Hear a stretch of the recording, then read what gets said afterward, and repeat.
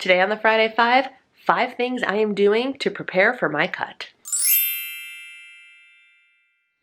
Thing number 1 is I have already changed my tracker to the number of calories that I'm going to be eating during my cut. Even though I'm still in maintenance for another week or so, which is 2,100 calories, I have switched my iTrack Bites tracker down to 1,600 calories just so I can be more mindful, more aware of what I'm putting into my body, in what quantities, and how that is going to directly affect the lesser number of calories that I will be consuming starting on February 1st. This is just a whole play in mindfulness and awareness and making sure that I am mentally prepared for the eating shift that is going to be happening come the 1st of February. Thing number 2 is actually brand new and something I just decided to do because I need to, and that is I'm taking a break from working out. And the reason I'm doing it before my cut is because I feel the immense need to be able to work out and work out harder once my cut starts, because that will help add to the caloric deficit by increasing my fitness and my output.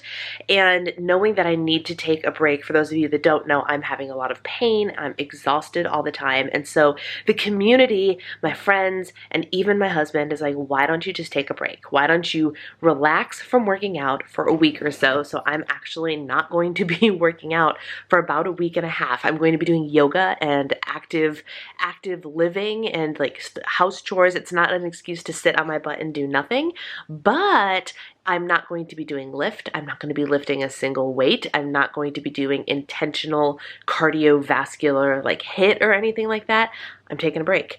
And that is in preparation for this cut, so I don't have to make that sacrifice of no working out when the cut starts. Thing number 3 is getting all of the junk out of the house. We still have some indulgent shopping items in our home because I've been eating at maintenance. We've been trying new things. My mother-in-law and I have been going new to her places.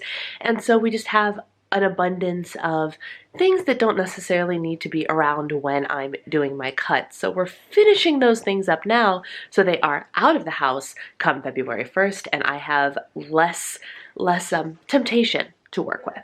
Thing number 4 is I took my starting weight, my before photos, and my before measurements. I got all of that information already put together and ready to go. So when day 1 rolls around, I don't have to go, oh, I need to weigh in, I need to whatever. Like I felt compelled to do it already. And now I have that information. And as I'm getting myself mentally ready for all of this, I can go, oh, this is my starting point. And I can take that information and sit with it and then see where it goes. I don't know. I was just like, it didn't matter to me that it was not day 1 yet. I don't need to be so specific that I did it on day 1. Instead, I did it on a Friday, which even though day 1 of my cut's going to be a Monday, Friday is still going to be my weigh-in day because I can't let go of Friday weigh-ins.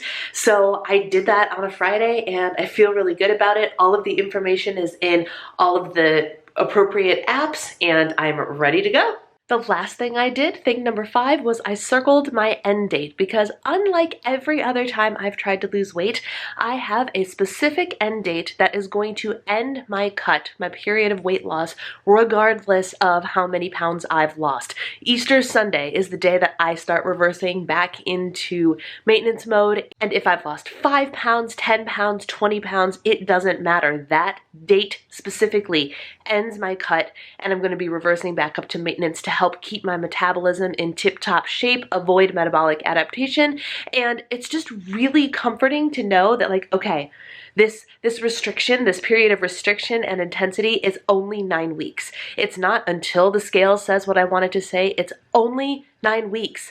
And knowing it's only 9 weeks makes it feel really, really easy. And that's exciting. So there you have it. 5 things that I have done to prepare for my cut that starts on February 1st. If you are interested in following along throughout this entire 9-week period of my cut, my weight loss journey, hit the subscribe button because I'm going to be sharing literally every day with you.